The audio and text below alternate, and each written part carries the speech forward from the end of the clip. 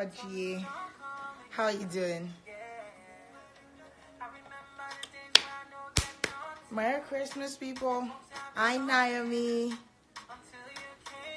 Hello, hello, hello, hello. Hey, kick boss, hi sis. Oh my God. Yes, yes, yes. So I have one fun fact for everybody who wants to come back from the music break. Very funny fun fact. Hey. A grateful heart, I am nothing without your love. I am nothing without your grace. Hey. A grateful heart, hi sis. Good afternoon, ma'am. Hey, hey, hey, hey.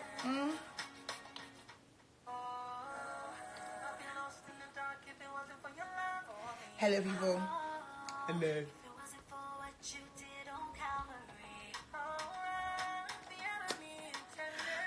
Thank you. Oh my God, I'm blushing.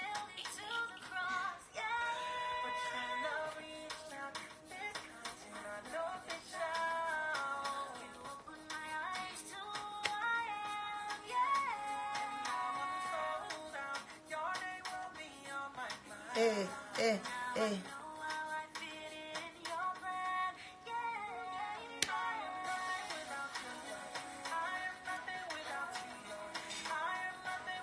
Hey, hey,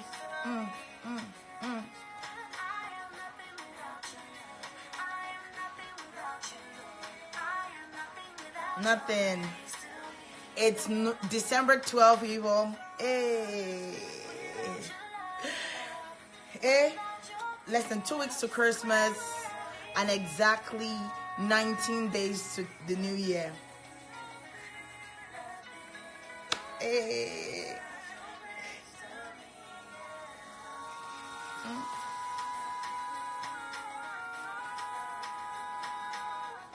I'm trying to use a softer light.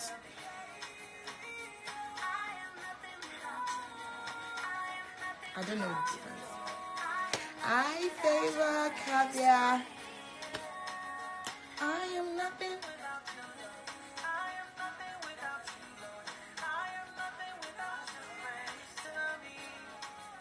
I'm literally beside this stuff. Yes, we are nothing without God. We are absolutely nothing without God. Who are we without God? Nothing. Welcome to Life Matters with Aanu Adedire. Yes, yes, welcome to Life Matters with Aanu Adedire. If this is your first time, where's our welcome bell? Welcome! Yes, yes, yes. Welcome. So today I had one fun fact. So I was playing Nikki Laoye featuring Elsie Bates, Be God. And my mom gave me a fun fact that when I was younger, I think when I was just entering into primary school, so like probably 4 years old. Yeah, she said 4 years old. That when I got, you can imagine, when I got admission into, let's use the word admission, yeah? When I got admitted into my primary school of choice, I was thinking, I have a very big God who is always... Are you... I didn't know that until 20 years later when I was playing this song on radio. What else don't I even know about myself? Can you imagine? And we say, oh, I know myself. I can't do it. It's a lie. You don't know anything about yourself. Sometimes you can ask your parents and ask the things you did when you were younger. Because today, I learned that my favorite primary school song was, I have a very big God who is always by my side. You can imagine that. I never knew. Like, I had no clue. Welcome, guys. So today, we're going to be having an interesting conversation. One of the things that cropped into my heart when I was thinking about this topic was, why this topic? Yes, and yes, I made my background a beautiful Christmas tree. Y'all like it? Yeah, I know. So, one of the reasons why I made it... I wanted us to talk about this issue is because I have thought about it for a couple of years, right? And I'm like, oh, well, when exactly, how exactly? Do people actually have bonds with their parents? Like, are you even... Okay, so can we have all the daddy's girls out there like send a love message or put the thumbs up or like press the thumb. I will call me, hi darling. So yeah, if you're a daddy's girl, or you know, some parents, some people don't love their parents equally. Let's just tell the truth. So some people like, hi Dr. Akipelu. Some people like their fathers and their mothers. Some people like their mothers and their fathers. Well, I will not answer that question, but well, people. So we're talking about the father-daughter. That's so cool. Great. Yes, can you imagine? You're very correct, Samuel. Samuel said that information is a great Christmas gift for me. It is like 22 years. I did not know that. I used to love that song. You can imagine. I never knew I used to love I Have a Very Big God. And my mom just told me 22 years after. People, go and find out the secrets that you don't know by yourself. Okay, moving on. So jumping right into it. So it makes me remember the story. So today we're talking about the father-daughter bond. Yeah. And I've had this conversation with one of my big sisters in the US. And we were talking about this. And she was telling me how much, if a guy was asking her out, she jumps right and tells her dad. If, like, her and her dad are like this. And I'm like, well, is it important? Is it necessary? And I'll start from our Heavenly Father. So let me start from there. Our Heavenly Father wants that kind of bond with us. He wants to be like this. He wants to be our closest friend. He wants us to have him as our best friend. Hi, Kuzo Beauty. He wants to have us as the best person ever you can. Like, he doesn't want any other person compared to him. I don't know if you get what I'm saying. So God loves it that you and him are like this. And he enjoys that fellowship. He enjoys calling you his friend. Right?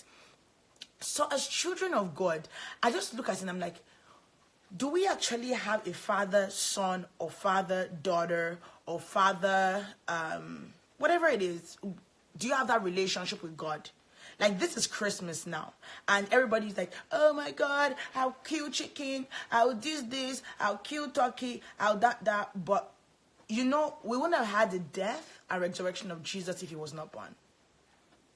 Do you understand that? And it's because the love God has for us. He said, while we're yet sinners, Christ died for us. So that means the love that God had for us, the father, son, or daughter bond he had for us, was before even Christ was born. Are you getting the gist? So it is very essential that you don't just, oh, now it's Christmas. Oh, now I'll go and buy my Christmas dress. P.S. This is not my Christmas dress. I'll go buy my Christmas dress. I'll give my friends gifts. I'll give my parents gifts. But the question now is the person behind Christmas, the reason for Christmas, the essence of Christmas. Do you have a relationship with him?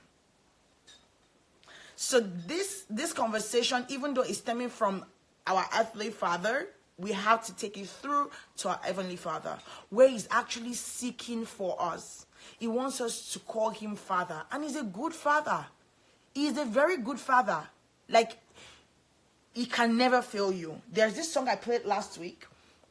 And that, funny enough, during Experience on Friday, the singer sang it. And it is, God cannot lie because he's not a man. There's this Yoruba song that your father and mother might let you down, but God cannot. It's in Yoruba, so I have to say it in English. So it's very important that bond you have, like, oh, I'm a daddy's girl, I'm a mommy's girl. Can you say that about your relationship with God? Are you a daddy's girl when it comes to God? Because the song that we played earlier was, who's your daddy? Some people don't even know who they are, not talk of who their daddy is. And God wants that relationship. God wants you to have him as your closest friend, your closest confidant. And you know the best thing? He gave us the Holy Spirit.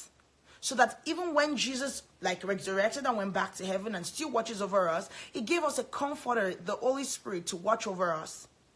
But how is your relationship even with the Holy Spirit? So the question that we asked last year when we had the show on Christmas Day is, what does Christmas mean to you? What's the essence? Why are you even celebrating? Why is it every year you're always looking forward to December 25? Because that's Ganjuri said, that was it really true? But they calculated it and they were like, when they used the calendar then, Mary was pregnant about March, and she gave birth about to Jesus about September. So that was why they about December. So the 9 months, that was how they calculated it. So it was something that I had to research on, and everybody's always looking forward to December 25. Even those that they don't believe in Jesus, they're always looking forward to Christmas. And now they say, okay, don't say Merry Christmas, say Happy Holiday. I say Merry Christmas because there's no Christ without Christmas. Christ Mass. Do you get the gist? So today we'll be discussing all that. We'll be talking about also the father-daughter bond when it comes to our Heavenly Father. And one person that came to my mind, okay, was the relationship between Dinah and Jacob. And my question that was like a couple of minutes ago, I was just in the bathroom and I was asking myself, did Dinah have a close relationship with her father? Because I was just thinking that even though they said she followed the lead of the city and she didn't listen to the warnings of her brothers and all that, the question that comes to my heart is, why didn't she talk to her father? Like, she would have said, oh, Daddy, there are these girls that always come and say hello to me. Hello, Sister Wisdom Official. There are these girls that always come and talk to me. They said they this, they said they that, and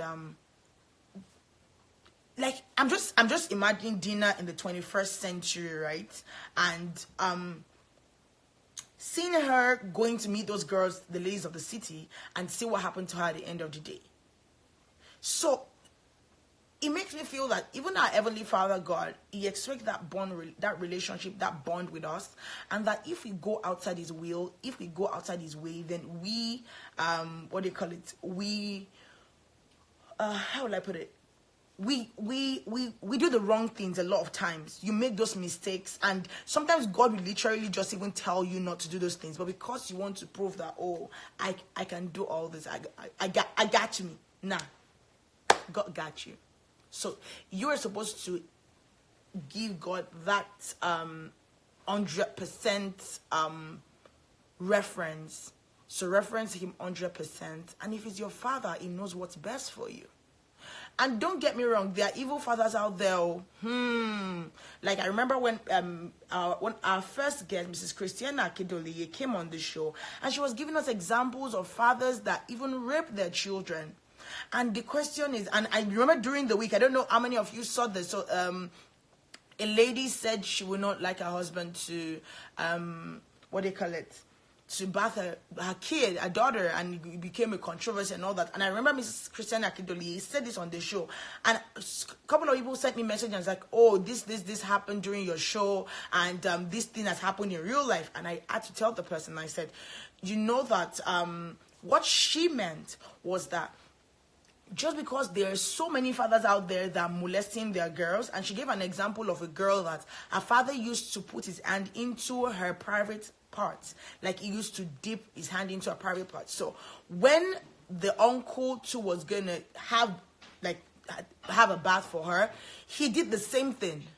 And the reason why the thing came out was because when her mom that day was trying to have a bath and everything, hi sis, hey, my guest is in the house. And funny thing, hi Taya, see, hi sis. And funny thing, and what happened while the mother was giving birth, as the mother was having a bath, she was like, Mommy, put your hand inside. That's the play me and daddy always play. And that was how they found out that the father and the uncle had been molesting her.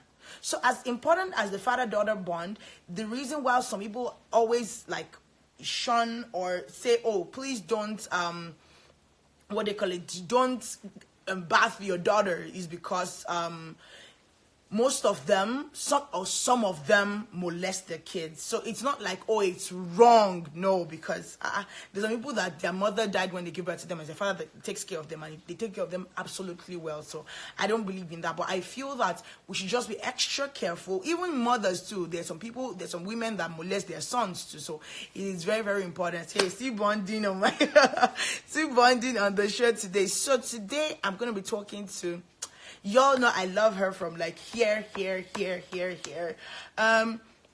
Sis, I sent you a DM via the Life Matters page. So I don't know if you got my DM. So I want you to come on the Life Matters page. I'll send you another one now. So I just sent you, yes, I just sent you a DM on Life Matters page. So if you can come on the Life Matters page, and I will add you on right away. So today, yes, I am super excited. Reason why I'm excited is because I have been waiting for a very long time to have this chat with my guest. And funny thing is, next week Wednesday is her birthday. Yes, I remember last year she came to Edmonton, and I just slid into her DM, and I'm like, oh, can I meet you, sis? And she's like, no problem. And we had a photo shoot, and it was super fun. People, that photo shoot is still in my head right now. So my guest today is the amazing Nikki Laoye. Yes, and I was sharing this, that my mom was telling me that my favorite song while I was 4 years old was I Have a Very Big God Who He's Always by My Side. So I want to like bring back my 4-year-old voice. How do you always sing it?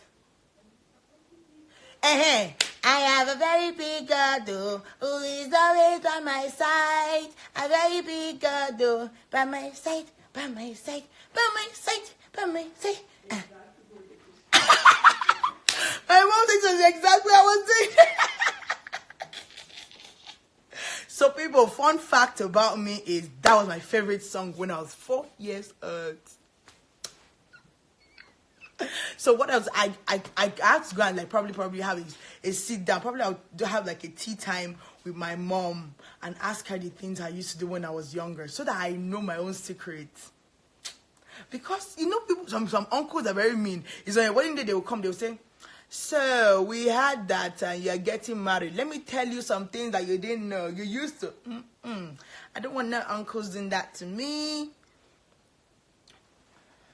Okay, so I'm waiting for my guest to come on the show. I know she's on my personal page. Okay. Sis, is it possible for you to come on the Life Matters page so that we just start from there? I don't know if it's possible. And if not, I can always just add you on my personal page. So as I was saying, it is very important as children of God that we have a father-daughter or father-son bond. That one is very, very important. God even expects that of us, that we want to grow. Now, I saw a post yesterday that really like hurts me. And the person, yes, thank you, ma'am. And the person said, so if God has, I can't remember the exact words, but it was like, why do we pray for more of God?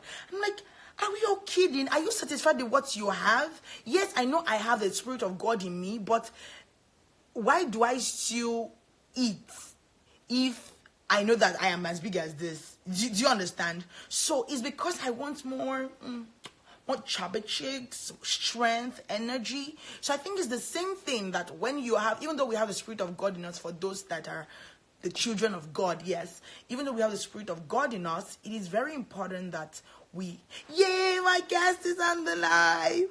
Woo. So I believe that we all need to grow. Like, you need to eat, rush the word of God, like rush it, like the talk, go, rush. Okay, so I am excited and I have to like pump in my cheeks. So that I don't get people. I have the amazing Nikki Laoye in the building. Hi. People, this is my normal self when I'm around Nikki Laoye, so don't worry. Yes. How are you doing, sis? I'm doing great. Thank you for So, having me. fun fact today, I learned that I have a very big God on my 4-year-old favorite song. Oh, My wow. mother just told me. So I was playing the song on radio, and she just said, "Do you know that that was your when you got admission into primary school? That was the song you were singing. You were dancing everywhere in the corridor." So Can you imagine? Can you just imagine after that? 22 years, I am just finding out. Oh, but I that's so need, good to I need to hear. go and press her and know more things before I start I hearing know more them. things, Abby, and now you need to. And I was telling uh, everybody that next week Wednesday is actually your birthday. That they can yes, imagine. so Hey, 7 days to my we are going birthday. to turn up. Hey, So what oh. now? We that we are here, Funny we enough, the cannot turn up turn is up. this Sunday. I think I'm actually going to be turning up 3 days ahead. Okay, I'm actually having Let's Rock with Nikki Laoye and friends this Sunday. Yes, so 16th of December at number 4 Amazing. Ligali Ayori Day. So everybody should just come. All my friends are coming. Samuel Poso, Tosin Martins, Shego Bay. Oh no, we're What going to turn up this what Sunday, man. of me? Like I don't mind Fly down now. trekking. Oh yeah, we coming now. You know that I side don't is mind even cold. Come and trekking. collect So our heat. Come and collect heat for this side. Come and collect. it's not even now cold like cold. The road is now really Really? slippery. Like I was Really? in the clinic yesterday because someone fell, and do you know how many people came to the clinic that day for they fell down on ice, like their Oh, heads, wow. like it was that bad. And we were there since 7:30 to about 10 before we left, and they're still not attended to the person. So unless you are like Whoa. close to death, it's not emergent enough. And Yeah. I was just thanking God Wow. for life, that I am Wow. ill, I'm healthy, like I don't have any Yes. accidents. I don't, like it. Sometimes you take advantage of the fact that you are all fine, you're looking flake, and then True. True. God is supposed to, but yes, God takes care of His own. But for me, I just think that a lot of times we take advantage of the fact that God cares for us, and Yes, we're not true. grateful. So yesterday was a really really reflective mode for me, and yeah. Yes, I was indeed. super super grateful to God. I was super grateful to God, and it Same just makes, here. yeah, it just makes me think that a lot of times God actually, and that's what I was saying, that God actually wants that father daughter or father son bond, Yeah. but we are the one that we are always too busy for Him. Like we are always too True. busy for Him. So, people, today, we want to talk with the amazing Nikki Laoye. So, people, you've already seen the entire. That's like half of our bio on the page. That's like a. That Is it bio half? is serious. Is it? No, that was a quarter because I had to like trim. You know what? Wait, people go and Google it. So Oh my goodness. let me start from here. How was growing up for you? Like we know that you love, like you are Nikki Music Laoye. Let's just say, oh no, Music Nikki Laoye. So let's let's use it. I don't even know which way to put the no. Okay, I don't know how to put it because I know music has been in your DNA even before you were born. Yeah. Like you are music because okay, so you're into music. Your brothers are into music. Most of your Yeah. cousins are into music. What is going on? Okay, honestly, the truth is that I'm just so blessed to come from the Laoye family. The Laoye family, we are so blessed with creative genes. A lot of us are actually either musicians or into one kind of creative art or the other. Like Adelaoye, the actress, that's my cousin. My Yeah. brother X Blaze is a producer. I'm a singer. And there's Sheung Laoye, of course, in the US. There's also a drummer, a producer. We Yeah. just have this gift. It actually ran down from our great grandfather. No, not great grandfather. Yes, my grandfather. Don't let me go too far. My grandfather. The truth is that he's not my direct grandfather. He's actually my grandfather's brother. Oh, But growing up, the two of them didn't used to discriminate between their children. wow. So all their children were each other's children. You understand? All their children were each other's children. Let me put it that way. So at the end of the day, that's why we still call him our grandfather as well, even though he will be my grand uncle. You Okay. now understand? Yeah, And he yeah. was the Oba Timi, the Timi of Ede, who Oh, happened to be the Timi of Ede, who happens to be the Obadeto Eshe, the Obadeto Eshe Laoye, and he was known as a drummer king. So growing up, all of us, our family actually, we used to all go to our hometown for holidays, and we're all there playing music, playing the keyboard. We're all gisting, we're all talking, singing. I grew up watching my dad and his brothers singing. They were all singing parts and harmonies. Wow. And we are the children, we are there looking at them like this. We too will now go to one corner, we'll be singing our own. You know, so it was always like that. And growing up, it was obvious that we were just going to branch out into some kind of art form or the other. Not everyone did. Some decided to still, you know, go into typical normal career lives. You know, some are bankers, some are everyday, you know, career men and women. But some of us decided to show for this craft. And I was the official first singer that came out, you know, as a recording artist from the Laoye clan. But over time, I have an uncle who is also known as a drummer prince. So he actually plays the talking drum. He's well known in the West, actually as a drummer prince, you know, so like that. And music is just growing up, of course, like I was just trying to say, was that it was fun for us because music, arts, and all of that. Then we had fathers that were very down to earth. I'm talking about even myself and my cousins. Now let me now talk about my own dad. Oh my goodness. My dad was our bestie. You know, that is where the word bestie came from. My mom and my dad were actually our very first besties for real. Wow. I grew up in a home whereby we could talk about anything with our parents. Wow. My parents were that cool, and they're still cool. My mom is still cool. Of course, my dad has gone through with the word fly. Let's use the word fly for your mom. As in, I still tell people that I thank God for the family he threw me in, because he knew the kind of life and work he was going to send me to do, and he knew that he needed to build that kind of fun, down-to-earth character, and he had to put me in the right kind of home. Because I come from a home whereby when we're growing up, we could sit down with Popsy like this and just about everything. Even when you're dating, we don't hide our boyfriends and girlfriends from our parents. Even though at first they will be a little bit shaky, especially when we're still teenagers. Yeah. You know, I still remember my dad was very upset with me the day he saw me with my boyfriend at age 18. I've been at 17 that time. Oh, he vexed because I was the only girl and he was being very protective. You know, and I went like that day. I chop slap that day. I chop slap. I can never forget.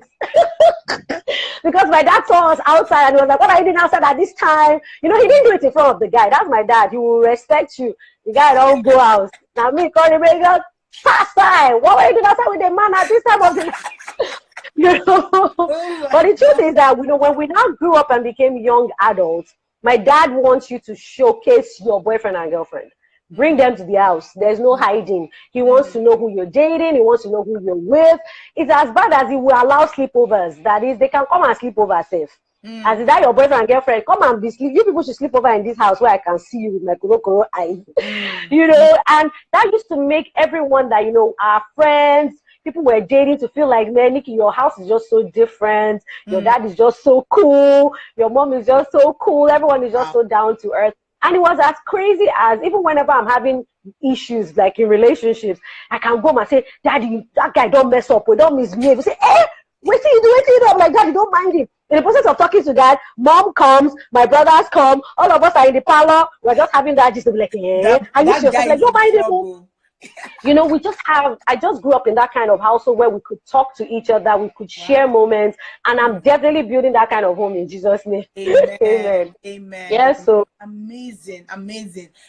Funny thing that you said that was, I remember that when I was, I think in probably my third or fourth year in school. So this guy came, he was just walking past our area. Like, "Oh, I know what's up." And I was just coming from school. So I literally just opened the door and I'm like, "Oh, come in, let me just drop my bag." And my father just came in. "Hello, young man." And he's like, "Oh, good afternoon, sir." And lately he was like, I just came to say hello and he left. And I just said, "The next time I see you and a boy in the house, I will pour water on both of you." It's that day. You serious? Oh my goodness. I dare not. Because I just knew that it was super trouble. So I didn't even bother my head. So now, you came from the line of music. The house was super fun. So tell us, you and your dad, you have some, even till now, even when you post on about his remembrance, I can still feel that connect. It's always like he's still really around and is like literally beside you. You're just telling him how much Yes. you feel. So tell us how growing up was like. So let's fast forward from before 2011 and let's talk about your Okay. dad then. How was growing up with him? Like, I know you were amongst boys, so he gave it to me that the tomboy things will come out, but you and your dad, what was that? How was that relationship growing up?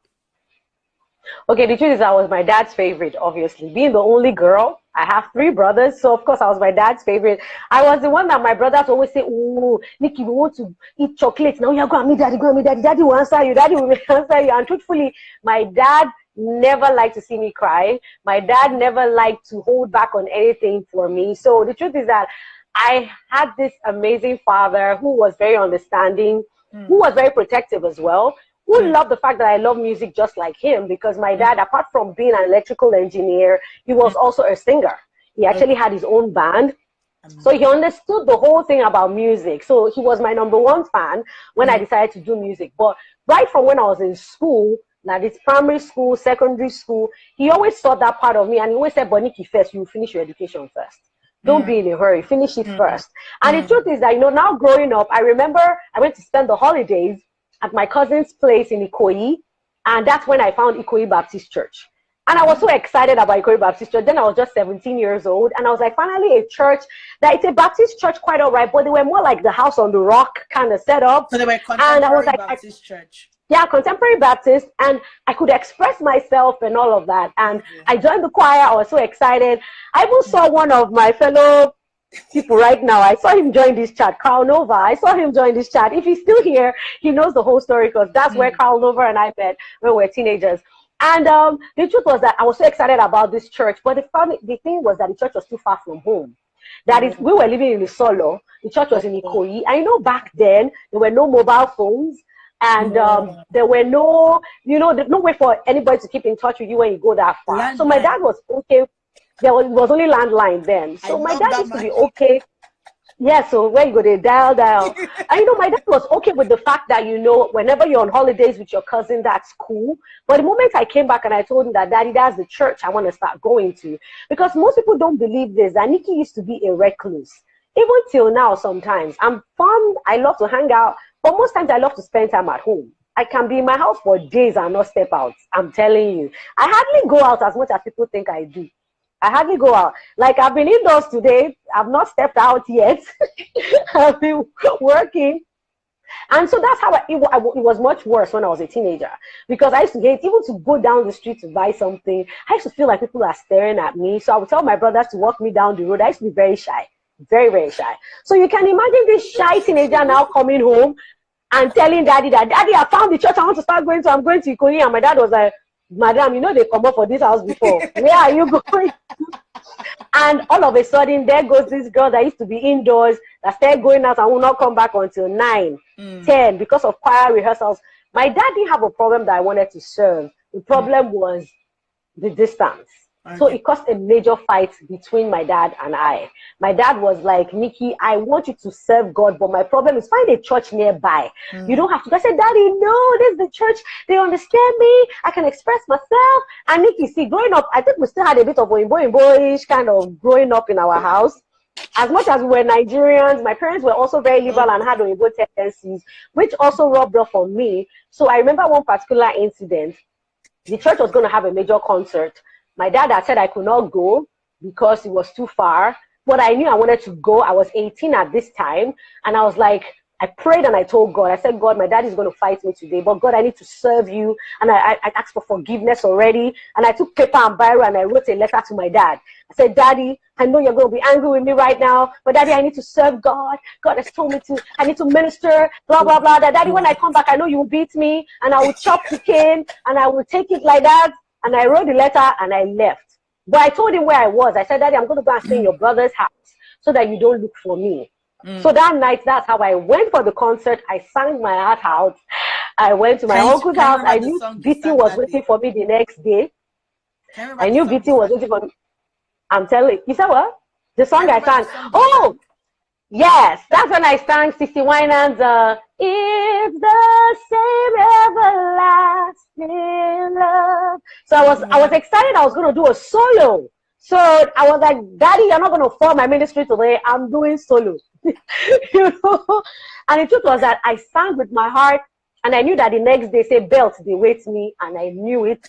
And by the time I got home, and I was like, now me even lie down, I go give my dad the belt. Say, oh yeah, don't flog me. I've come to chop. And for the first time ever, my dad beat me. I didn't cry because I knew that you were determined. I wanted to step because I was determined. That was what it was. I was very determined. So you can imagine. So I had those kind of crazy moments with my dad. And the truth is that by the time I now became Nikki Laoye, of course, he understood why I was so crazy like that and everything. You know, but of course, he still had to be my dad. He still had to be a father to discipline me. And the truth is, everything I know about music today came from him. He always supported me. We used to harmonize together. At a point, my dad even stood as my manager for one of my events. Oh my. He actually did that once. Yeah. So the truth is, I had an amazing father who just understood. Yes, we had our moments. So my dad and I can fight because we're very alike. But you know the trait I love that I took the most from my dad? Which one? We can vex for you. No. We will shout and vex. That's the But vex, no, they pass 2-3 minutes. As we don't vex finish, we now come. Do you want to eat cake? What do you want? Because that's my dad for you. Now come. Do you want cook? Do you want? I took that from my dad, and we're very much alike like that. So growing up, my dad was simply amazing. It was a lot of fun, and I learned a lot, of course, from my dad. My dad was a very strong man. Yeah. Wow. Like I'm imagining a jumpy, happy moment. You and your dad being everywhere. So tell us, the first time you probably went to sing in a big place and he saw you, what was that? Sorry, a call came in. Yeah, no problem. So has your dad ever been in any of your performances, and what was his reaction when he first saw you on stage sing? Oh, my dad has been actually at a few of my performances. I remember that sometimes, because my dad, don't mind him, I told you, like, I can be a recluse, and my dad too can be like that sometimes. He would rather want to watch the videos afterwards and not necessarily come and be in the concert itself. But that major concert that he had to stand as my manager was actually at his own church. Oh. So he had no choice. This time my dad was one behind the scenes, you know, handling my mic, you know, setting up my mic, my sound, everything and all of that. So of course my dad was live and direct at that particular performance, and he was so excited, you know, because like that's my girl, of course. So he was always very excited to see me perform. Always excited to. Wow. You know, I remember that sometimes parents fight with you about your giftings. They know you have it, like, to be very sincere, they know you have it, but they're just a little bit edgy about, they want you to actually do this or do that, and want you to your like, now I know that as the greatest UIT that you is, yes, so a lot for you. Like, even if you're not working in that line, you've learned a lot through that process. So I believe that it's something that they have their reasons as parents, but at that point we're it's just like how we're fighting with God about things, and we're like, oh God, that, and God is like, it's just your best interest I'm looking for. Like, it's not even mine. So let me flip the switch and look at God being your father. And I know that this your daddy is something that you're always excited about. That song, I know you're always excited about every of your songs, but this particular song, how does that father-daughter bond work for you when it comes to you and God and having a relationship with him? Like, when did you give your life to Christ? When did you get to know Christ personally, and how has your growth been? Well, I remember specifically when I gave my life to Christ, I was 13 years old. I was in secondary school. That's Federal Government Girls College, Shagamu. And you know how it is back then in secondary school, but I went to secondary school in Nigeria. They can kill you with being born again, and the way they would throw all kinds of fear and stuff at you just to give your life to Christ. And I remember that, well, I personally was just interested in giving my life to Christ. I remember that it was one of those meetings when those pastors would come to school, they tell us to pray. I even remember when I started speaking in tongues. I remember vividly, they came that day and they told us that, you know, we should just, you know, spend some time in worship, and when you're on your own, and just open up your mouth and just start trying to speak. Just say whatever comes out of your mouth. basically. And I remember that's how I started speaking in tongues too. At that age too, was around that same time I gave my life to Christ. So really about when I was 13, 14. And the truth is that it's been a beautiful journey. I was so blessed to actually go to schools that they didn't force it down my throat, in the sense that I had room to grow and understand myself. Okay. The secondary school I went to, I was part of the choir from day one. And it was also a school that, you know, we were very crazy about choreography, dance, music, and everything. So I always expressed myself in school. As much as I was in the church choir, when it's time for us to do the Michael Jackson Thriller, I'll go and learn the choreography for that one as well. So I've been doing that dance since I was in school. Wow. And all of that. So I actually had it good, let me put it that way. And of course, the kind of churches I was a part of, Ikoyi Baptist Church, also helped me as a teenager at that point in time. Then of course, by the time I now entered university, I was in Exousia Club in school. That was also a company of people that didn't, the kind of Christianity wasn't strict. It wasn't like, oh, SU-ish. It was that kind of Christianity that allowed you to be yourself, still remain funky, still remain fly, and you're serving Jesus. Even though back then in school, people would say they lie that we are not Jesus people, that we are just club boys and girls that are forming Jesus, because we are too cool. They didn't understand how we could be born again and be so cool. But that was the fun of it. So growing up like that, as in Christianity, was so easy for me in certain ways, because I had the right kind of people around me that understood me and allowed me to still be me while I was serving God. And of course, church, the right kind of church is House on the Rock from Ibadan. I was in House on the Rock, Ibadan. Then by the time I came to Lagos, House on the Rock, Lagos, you know, all of that really helped. And I had the right kind of friends that shaped me and helped me out. And the truth is just that at the same time, I also noticed something special about me. I was also someone that was very independent when it comes to my Christianity, that I don't follow the crowd, in the sense that I understood myself and always worked in my own understanding of my relationship with God. But there was one major thing I used to do, even since I was a child with God. I love to talk to God. When I mean talk, I think other people will call it prayer, because any moment you talk to God is prayer. Yeah. It doesn't have to be that you're kneeling down, putting your hands together and closing your eyes. I'm someone that likes to have a conversation with God, like as if he's right there with me. That is what you said. You noticed that in everything that I write, I always write as if that person is right there beside me, because I'd cultivated that habit since I was a child. I'm someone that and it was because of the kind of relationship I had with my parents. They've given us this opportunity whereby always talk with us anytime you want to discuss anything or anything you're going through. So I kind of built that relationship with God as well. Like as I'm here right now and I'm going through something, I always have this picture like God is sitting right here with me. And on the spot, I'm like, Daddy, I'm not happy right now. Go talk to your son. Or your son is misbehaving. As I literally talk to God like that.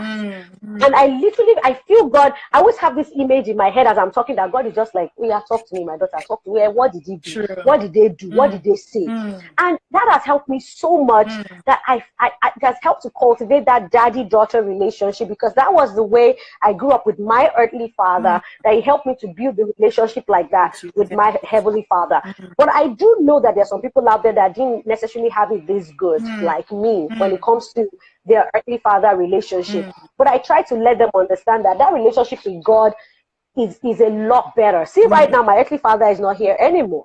So I have no choice right now but to also continue that heavenly father relationship. And I tell people the best kind of relationship with God you can ever have is to tell him anything and everything. See, no matter how bad you've misbehaved, tell God about it right now. He totally understands. See, I'm a living witness to that. God totally understands. And it's as you be having a discussion with someone right in front of you. That's how our prayer life should actually be. So that's the kind of simple relationship I've had both ways. You know, one thing that came to my heart, I remember in 2015, towards the end, I was just about going into law school, and I remember that revelation came to my heart when I was in Yola, because I didn't expect. I'd already planned my Lagos campus. Okay. I'd already planned Lagos campus life. I already said I'll be going to this church. I'll be hanging out here. Like I'd already done timetable about my life, and God just brought Yola, and I'm like, wow. Okay. I've never been to the north before, so I packed my bag. I called my mom. I said, I'm going to Yola. I'm going to Yola. That was the end of the discussion. I didn't want to have that. I just wanted to go. And when I got there, God made me understand having him as a best friend. And sis, it is very simple. Just like how you said it. Yeah. Just talk to him like he's literally in front of you. You're driving, you are eating, you're in the toilet, wherever you are. Is ever present. So I think that's even an advantage, that you have somebody 24/7 that you can talk to. That, like, now my dad has gone to work, so literally I'm in the house. I can't talk to him. But I have my Heavenly Father right next to me. The moment you start seeing God like that, and not that, oh, he's one big man in heaven just sitting. If his spirit is in us, God is just wonderful. So tell us, the song Who's Your Daddy, where did you stem out from? It actually stemmed out from this father-daughter relationship. Yeah, because the truth is, over time, especially in recent times, I've had to go through certain changes, definitely had to make some certain painful decisions, and so many things have happened in my life in recent times. And the truth is, one thing that never changed was God, my Father, who never left my side.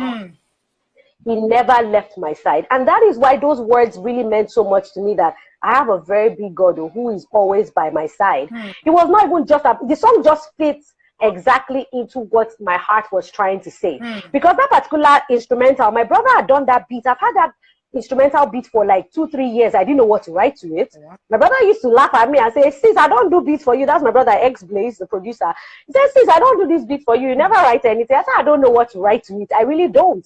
You know, until it was like last year, and I just said, wait, I have a baby. I was just listening to something. That was the chorus that just kept coming to my head.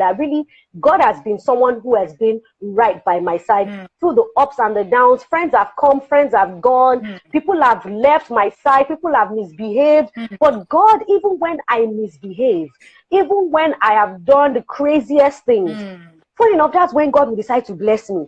I'll be like, God, I thought you're supposed to be punishing me right now. I thought you're supposed to do something else to me right now. But instead, it's like, no, I need to surround you with my love, because when I love you the more, you'll be able to come up to me, talk to me about it, and I'll be able to, talk to you about it and forgive you. And, remind you that you've already been forgiven, rather, because Jesus has already come to die on the cross, really. All the forgiveness we can ever collect on this earth, we've collected it since that day on the cross. But the truth is that sometimes we're always constantly living in fear, forgetting that God has already forgiven us, and we just need to be, as they stay in his embrace. He knew from time we will always fall short. We will never be perfect. And that is why he's always right there by your side. And that is why I just love this God, because the moment you open your heart to him as a father, you will see that he has forgiven you, he still loves you, he wants to be with you. And that's where that song just came from. That I have a father, big father, is the Alpha and Omega, na Jehovah, na him be my ladder.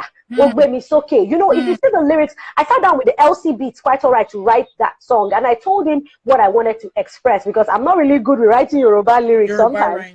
So I gave him an expression of what I wanted, and we were able to put it together. And the truth is that God is our Father. And I wanted to remind everyone that who is your daddy? That he is your Alpha, he's your Omega, he is your lower Boboro, as Nathaniel Bassi reminded us. He's the one who he never hesitates to stretch forth his hand to pull you out, especially when you need him the most. So that's actually where that song came from. It's just a further expression of the father-daughter relationship that I share at the moment with my Heavenly Father.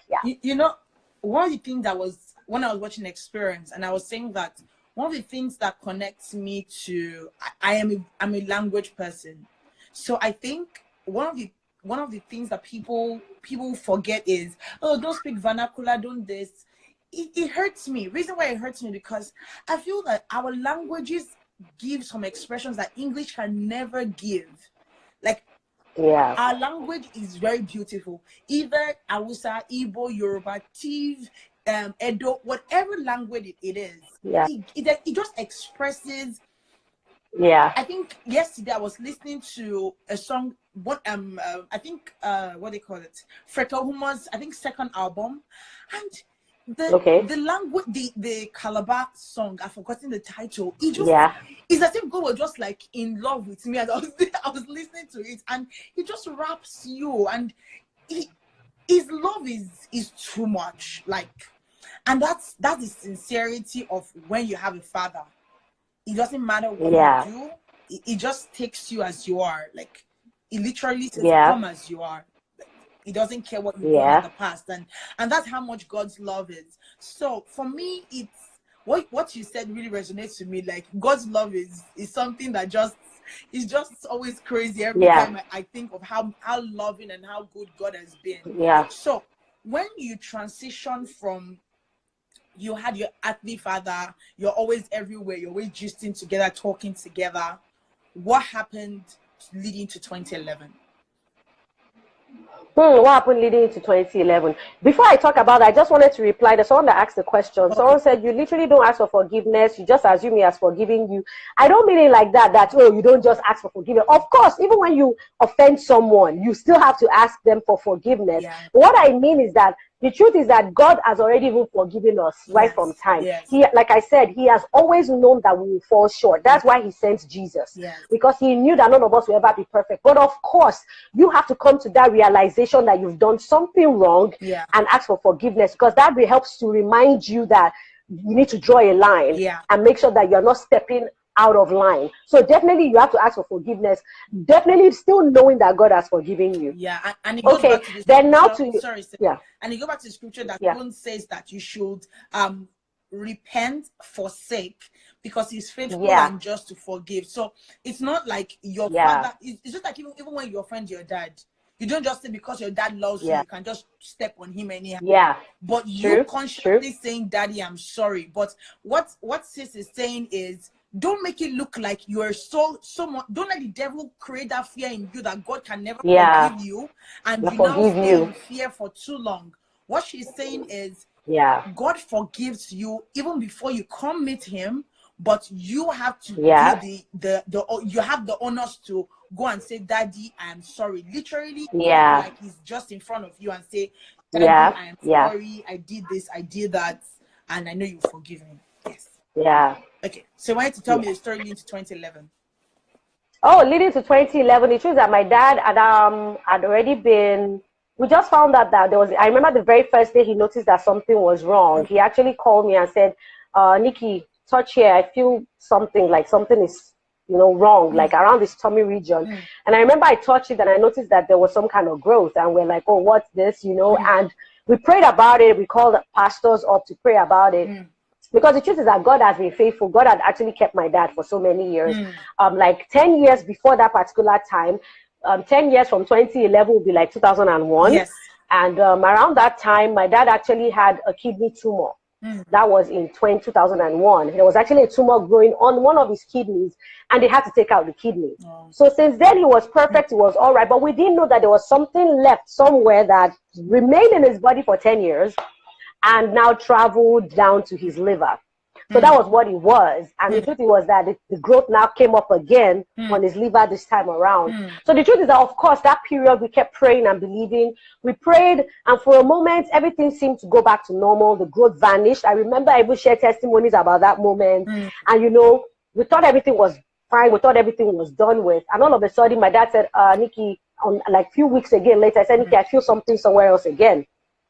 And the truth is that over time, the thing now said that the growth came back again. And we just kept believing that God was going to heal. God was going to do something. I remember then Pastor Paul even told me to bring my dad to church. The whole church prayed for my dad. And, we all just believed that God was going to do something and there was going to be a miraculous healing. The truth is that at the end of the day, yes, there was no healing from that particular situation. But what God did instead that marveled us the most was my dad was never bedridden throughout that 2-year period that this thing actually happened.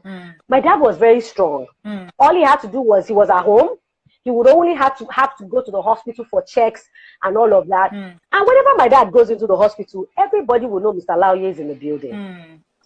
Because the way you people see me as the life of the party, my dad was the life of everywhere he goes to. He was always the life of the party.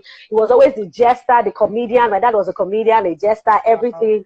And even in the hospital, all the nurses are running to his hospital room. They're like, "Oh, Mr. Laoye is around. He. Everybody's laughing. I'm like, this man has come again to this place, because my dad would make everybody laugh. And even though he was going through his own pain and issues, my dad was so strong and he would still put a smile on someone's face. And I know I took that from my dad. Many times when people see me smiling and laughing and don't know the pains I'm going through, because Nikki looks so cool, like nothing is going wrong. But over time, we just learned that it's a gift. We just know how to be there for people and transfer our joy, even though we're going through pain.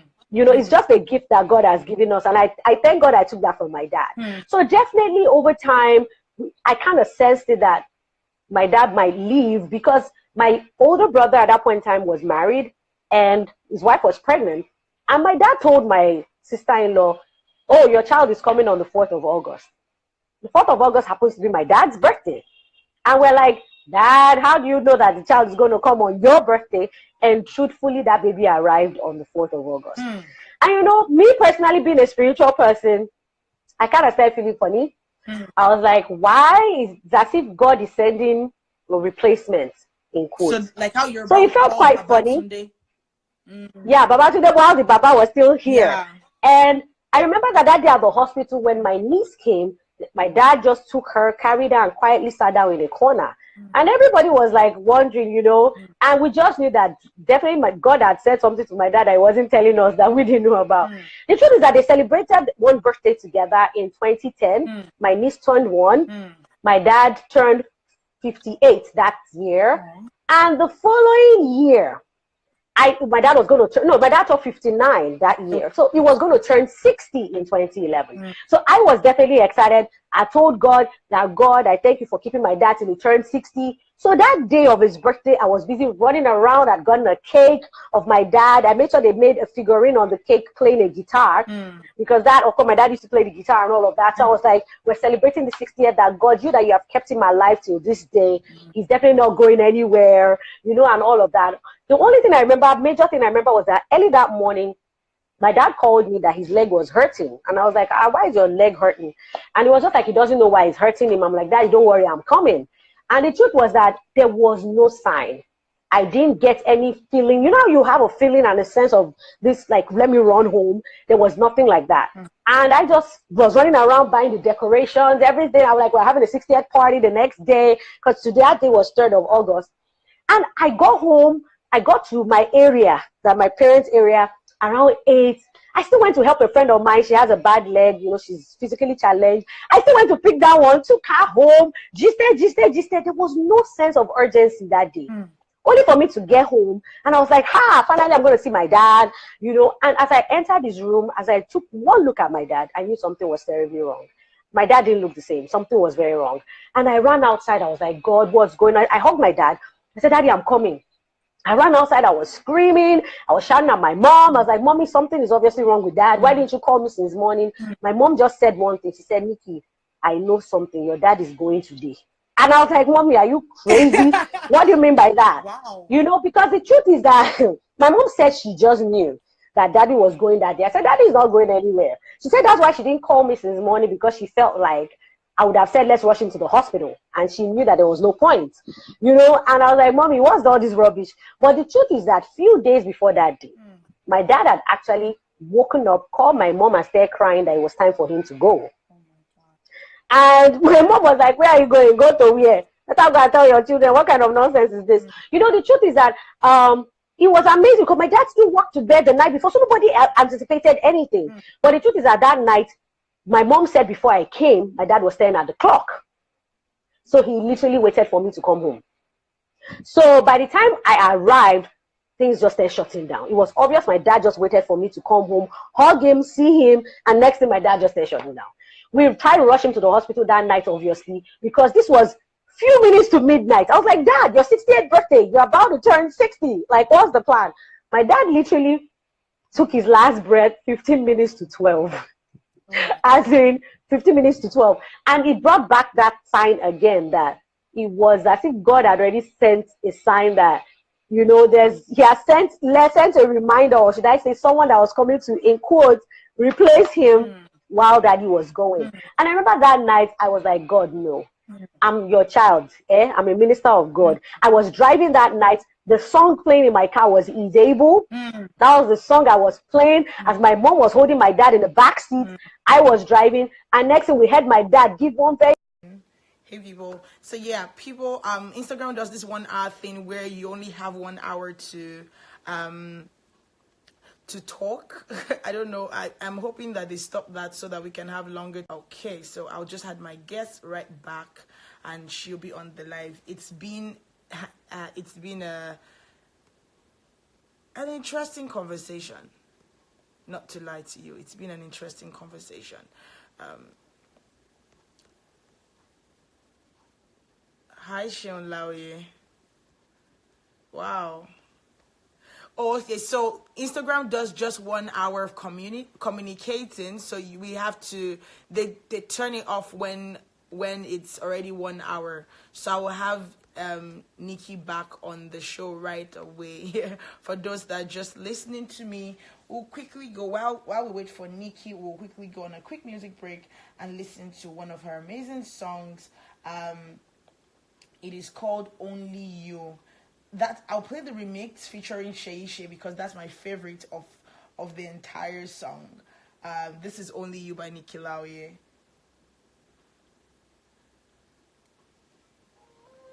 Hello, people.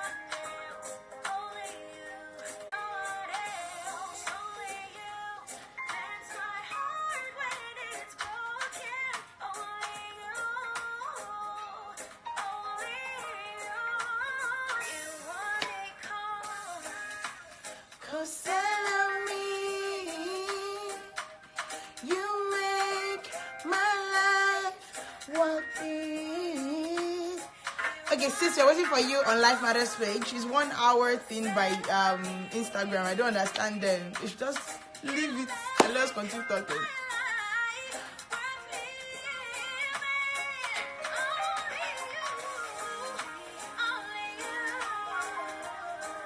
Hey. So my guest will be live on Life Matters in a couple of minutes.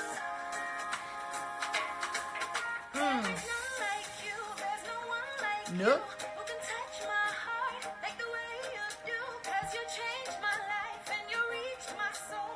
Hey. Hey.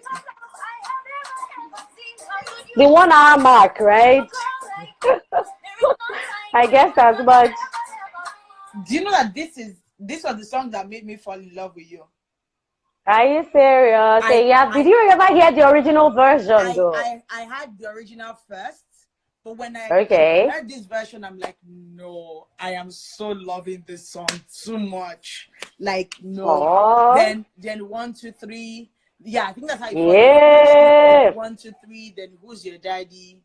Then I really like the song you sang with Tolu. I have a bias for that song. I am nothing without you, Lord.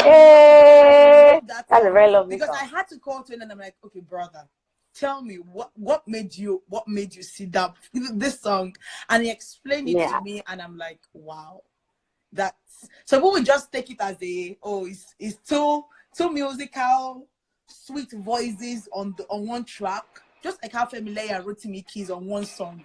I don't Yeah. understand. Why do y'all do this to us? Yeah. So you stopped at when you were driving, your mom was at the back calling him. Okay, so then my dad just gave this long sigh from the back seat, and my mom was calling his name, and I was like, and the hospital was just, as in, we're literally looking at the hospital like this. So exactly like what my mom had said, that daddy had said to no go reach that hospital. We really didn't reach that hospital before. My dad had gone quiet, but I was like, no. When we got to the hospital, I just told my mom, get out of the car, you know, and I locked myself up with my dad in the car. I held him in my arms, and I was like, Dad, I was like, Daddy, see, it's almost your birthday. What's the plan? And on that, my dad just didn't respond. You know, and at that point, my mom had to run in to call the doctor, and they checked and checked and checked. They were like, sadly to let you know, Mr. Laoye is gone. And, you know, I was just numb that night. I was numb because I was like, God, it's not possible. Because over the phone, I'd called Pastor Ifeanyi and Pastor Paul that night. They were not even in the country. They called and they were trying praying for my dad. The last thing my dad said was amen. Amen was the last word that came out of his mouth before we left the house that night.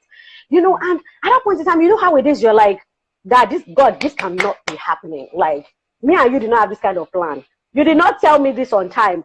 I would have, because a lot of things will start running through your head. Like, God, why didn't you warn me on time? I would have come home to spend the last 1 week with my dad. Because I wasn't living at home. But Daddy, God, you didn't give me any warning. So you can imagine the anger that's already started building up, because like, God, you didn't have to do this to me. But at that point in time, I had to deal with what was on ground to show you how God had orchestrated everything. That day, someone dashed me 50K. I had 50,000 naira cash in my bag, because when I got home that night, I didn't even take my things out of the car. Everything happened happened like in split seconds. And I was like, there was money in the car. Because the moment we got to the hospital, of course, once you bring someone like that to the hospital and the person didn't pass away in the hospital won't take the person in. So on the spot, they had to tell me that, Madam, we're sorry, you have to take him straight to the mortuary. So you have to pay 20K for ambulance. I had money in my bag. Because at that hour of the night, there was no ATM, there was nothing. I was just like, God. So that was what even made me more angry at God, because I was, you didn't tell me that my dad was going to go this night, so I'll be prepared, you know, for all of this. But I had to be strong. We had to pay for the ambulance. They were carrying my dad. I was just looking, I said, no, this cannot be serious. You guys got to be joking. We're going to a mortuary right now, right? Okay. We got to the mortuary. The mortuary was a very good one. Funny enough, it's the one owned by the Nigerian military. Very clean. You wouldn't even believe you're going into a mortuary. And the man in there was just so cool and nice. The man was like, oh, you brought your daddy, don't worry, I'll be giving your daddy tea every morning. The man was just a very, very cool guy that made you, I think it was this kind of training whereby they made you feel very comfortable and all of that. And the man was just like, don't worry. And when they laid my dad on that table there, I was kissing my dad nonstop. I was holding him, I was still kissing him. I was still like, no, Daddy, you need to wake up, you know, that kind of thing.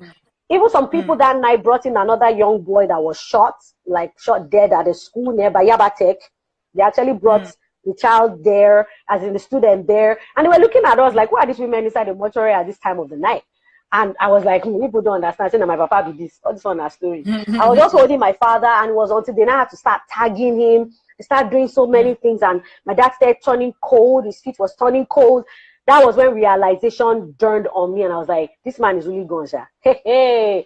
I was like, oh God. That night, we couldn't even go home. We had to go back to the hospital because it was too late to go back all the way to Isolo to take my mom all the way back to Isolo. So we had to go to the hospital. So I couldn't believe, like, we're in the hospital right now. Daddy is not here. Like, he's really not here. We had to call my brother in Canada to tell him and all of that. And it was just crazy that night. By the time we go home, everybody was expecting us to bring Daddy back home or to tell them that Daddy's in the hospital. When we told them that Daddy was gone, it was just chaos. And that morning was his birthday. Even my friend that made the cake, when they came to deliver the cake, they were like, oh, the person who came to deliver cake for is no longer here. But yes, imagine what I did.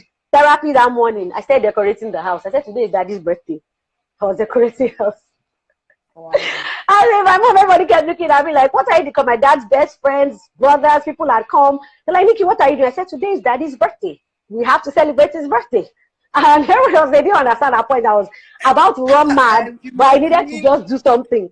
I started decorating the house. I bought all these paper caps, everything. It's the craziest place you can ever be in. And my friends came. Eric of blessed memory was one of the first people that ran to the house that day to come and hold me. Eric Arubaye that died. You know, Eric came. All my friends came. Everybody came. And the truth was that dealing with the realization that daddy had gone was the beginning of everything. First, it was anger. I had to first of all use anger to deal with everything. I was angry at God. I was like, God, I'm supposed to be a music minister. How do I tell people that my dad was sick? I prayed for him. He wasn't healed. He was dying. I couldn't raise him back to life. I'm like, what kind of ministry is that? How do I tell people that this is what I do? I speak for other people that they are telling me that they were healed. This one will tell me they were healed. My own is happening live in my front like this, and I couldn't do anything about it. So I faded away. I was angry. I stopped singing for 2 years. I pulled away. I said, God, you know what? I don't have time for all of this. I don't know. I think all of this is just a joke. That's how I felt at that point in time, and I pulled away. But the funny irony was, of course, at that point in time, 2 weeks, let me even talk about the day we had to bury my dad.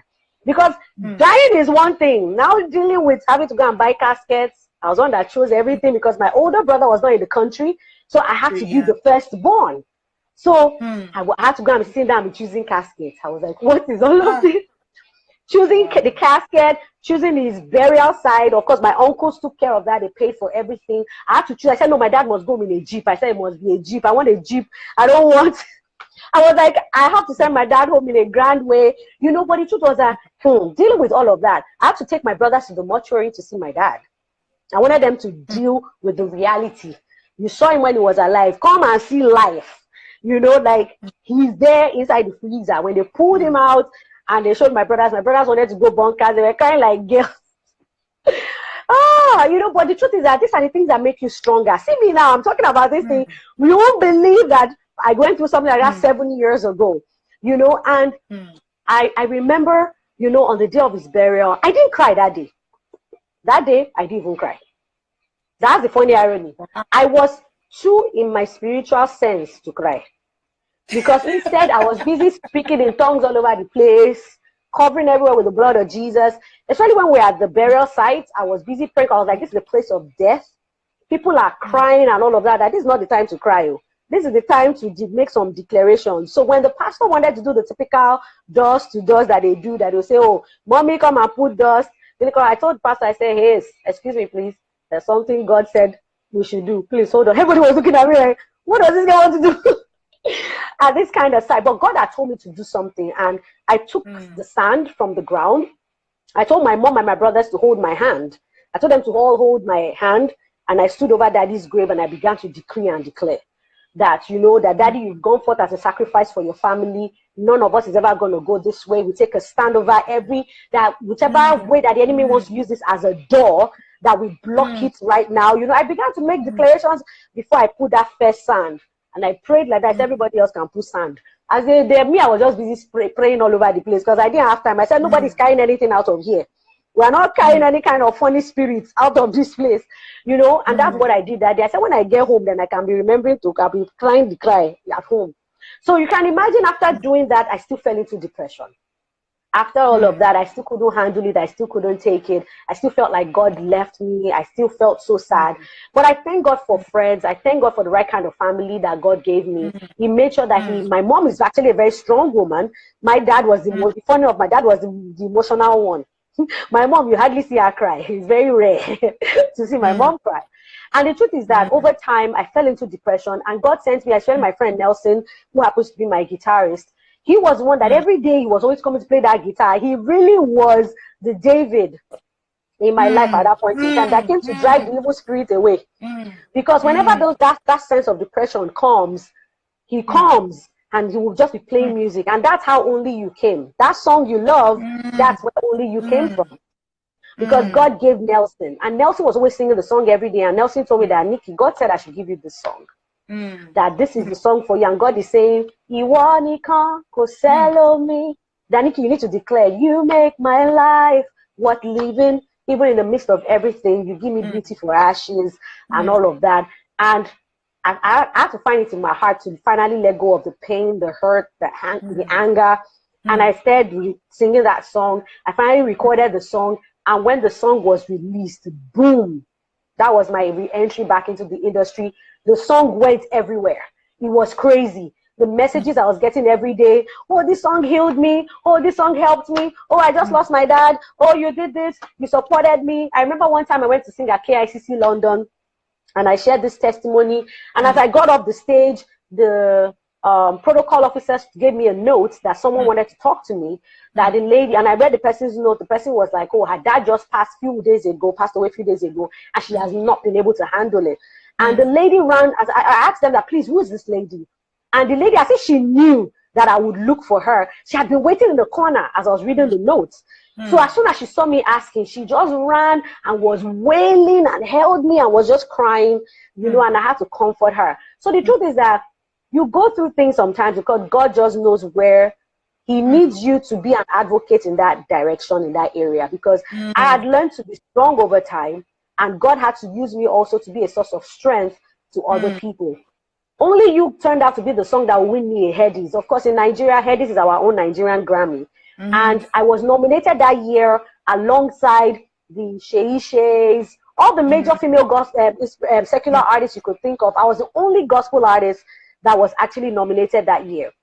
And everybody just thought they added me to the list, like it's not possible, she can't win. But I told God something the night before the Headies. I prayed and I talked to God. I said, God, I want you to let me win this Headie. Not because of anything, but I want it as a memorial. For me, it's not about the music or whatever. Give me this Headie, as a memorial of the fact that you didn't that Daddy didn't die in vain. I'm actually going to show you guys the Headie while I'm talking because it's right here. And this is it. Yes, this is the Headie right here with my name on it. That's my, I don't know if you guys can see very well. Yeah, I can see Only You by Nikki Laoye. Only You by Nikki Laoye, yes. Laoye. So this is the Headie, live and direct in my house. And the truth is, I told God, I said, God, I want you to give me this Headie, not because I want to just have a plaque on my table or something, but because I want it to be a memorial of the fact that my daddy's death was not going to be in vain, and that God is going to use it to actually push my ministry out there in a different dimension and heal as many as possible who might have been going through something, that my life will always be a constant testimony. And that night when they just said, and the winner is Nikki Laoye, I just started crying because I couldn't believe it that it was going to happen just like that. I was like, oh, really, God, you were really listening to me over one silly Headie, in quotes, but the truth is that God was really listening. And the truth is that since then, I've realized and understood something, that God will make you go through some crazy moments where it would just not make any sense. But the truth is that, number one, God is using it to strengthen you, to strengthen your mind, to strengthen your spirituality, everything about him, because that's how you grow. You have to go through issues. You have to go through stuff to be stronger. How can I become a stronger minister if I don't go through some things? So when I tell you tomorrow that God will hear you, God will answer you, you will believe me. You understand? You will believe me. And the truth is that God is just an amazing father. That was one of the craziest moments of my life. I won't lie. I went through depression. There were moments when thoughts of suicide ran through my mind. The devil will toy with that idea. It's normal whenever you're going through depression. But you are the one that has to stand your ground and say, devil, get thee behind me. He went to meet Jesus and tempted him. It's all temptation. Suicide itself is a form of temptation. It's a form of temptation. He will throw it at you and say, you chop it?